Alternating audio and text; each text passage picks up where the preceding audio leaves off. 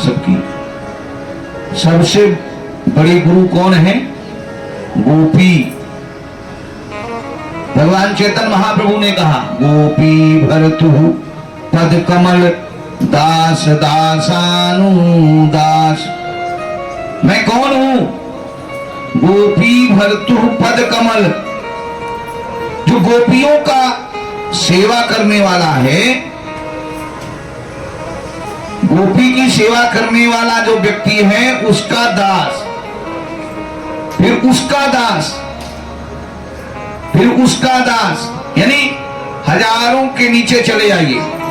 एक गोपी की जो सेवा करता है उससे 1000 व्यक्ति जो नीचे वाला है उसका दास में। गोपी कितनी उच्च है। देखिए, सुनने के शब्द तो बड़े सरल लगते हैं, गोपी, लेकिन गोपियां भगवान की सबसे बड़ी भक्त थी। उनसे बड़े भक्त लक्ष्मी नहीं रही, जबकि लक्ष्मी हमेशा साथ में रहती है। लेकिन जो प्रेम, जो आनंद, क्योंकि गोपी क्या है? भगवान की आह्लादनी शक्ति है। और लक्ष्मी क्या है? भगवान की ऐश्वर्य शक्ति है। ऐश्वर्य तो है, आपके पास धन है तो आप बंगले में रह रहे हैं, आपका ऐश्वर्य। आप बढ़िया गाड़ी में चढ़ रहे हैं, आपका ऐश्वर्य। खूब सोने चांदी पहन के बैठे हैं, खूब ऐश्वर्य आपका। वो लक्ष्मी, मालूम पड़ता है कि आप लक्ष्मीवान हैं, लक्ष्मी आपके पास है। लेकिन भगवान को ऐश्वर्य नहीं पसंद है। भगवान को ऐश्वर्य, क्योंकि भगवान तो खुद ही ऐश्वर्यवान है, उनको क्या जरूरत है? जिसके पास हो, कोई धनी रहता है ना, वो ज्यादा दिखावा नहीं करता। नया नया कोई धनी बनता है तो दिखाता है, फिर लोग मुझे भी जान जाए कि मैं भी धनी हो गया। लेकिन जिसके पास ऑलरेडी पहले से धन है वो सोचता है ये क्या दिखाने का, भगवान ने तो सब कुछ दिया ही है, क्या दिखाऊं। लेकिन जिसके पास नहीं रहता वो बेचारा बढ़िया थोड़ा सा महसूस करने की कोशिश करता है। तो भगवान तो ऐश्वर्यवान है, उनको क्या जरूरत है? तो उनको जरूरत नहीं है।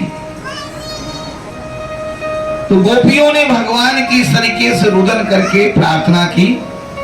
ये जो प्रार्थना है इसको मैं कहता हूं सबको करना चाहिए। अगर आपको जीवन में सुख चाहिए ना तो इसका नित्य पाठ जरूर करिए। चाहे एक ही श्लोक पढ़िए, ऐसा नहीं है कि पूरा आप जो है श्लोक पढ़ डालिए, लेकिन एक श्लोक का पाठ डेली जरूर करिए। आपके जीवन में बहुत सुख आएगा, क्योंकि गोपियों के जीवन में भी सुख आया, कृष्ण वापस आए। जब गोपियों ने गोपी गीत के माध्यम से, अभी मैं गीत गायन करूंगा तो फिर 1 घंटा, जब भगवान प्रकट हो गए तो खुशी तो आएगी, सब खुश हो गई, प्रसन्न हो गई एकदम। लेकिन उसमें से कुछ गोपियों ने प्रश्न किया, कुछ गोपियों ने प्रश्न किया कि आप मुझे छोड़ के क्यों गए थे? आप मुझे छोड़ के क्यों गए थे?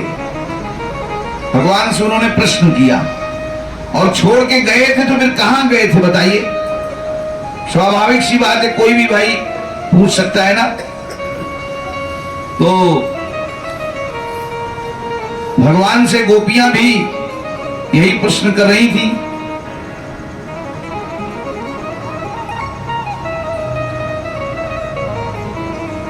तो इस तरीके से गोपियां जब भगवान से पूछने लगी तो भगवान ने जो है एक उन सबको एक घटना बताई।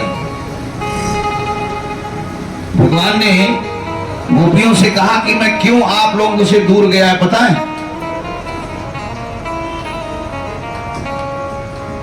जैसा कि आप लोग जानते हैं, कितने लोग जानते हैं कि समुद्र कितने प्रकार का है? कितने लोग जानते हैं? कोई भी बताएं। हर हर व्यक्ति को यही पता है कि केवल नमक का ही सागर है, लेकिन नमक का ही सागर नहीं है। भूलोक में कितने सागर हैं नेहा? 7 समुद्र हैं अलग अलग, 7, जिसमें कि ये नमक का सागर है। ये जहां हम लोग रहते हैं इसको कहते हैं जम्बू द्वीप। कभी आप घर में पूजा कराते होंगे तो जो ब्राह्मण आते हैं वो संकल्प कराते हैं, तो संकल्प में क्या बोलते हैं? हरि ओम विष्णु विष्णु विष्णु, ओम विष्णुवे नमः विष्णुवे नमः, यही ना बोलते हैं? अदिति प्रहादे श्री श्वेत 12 कल्पे वैवस्वत मनवंतरे युगे कलयुगे कल प्रथम चरणे जम्मू द्वीपे। तो जम्मू द्वीप का नाम लेते हैं ना, तो हम सब किस द्वीप में रहते हैं?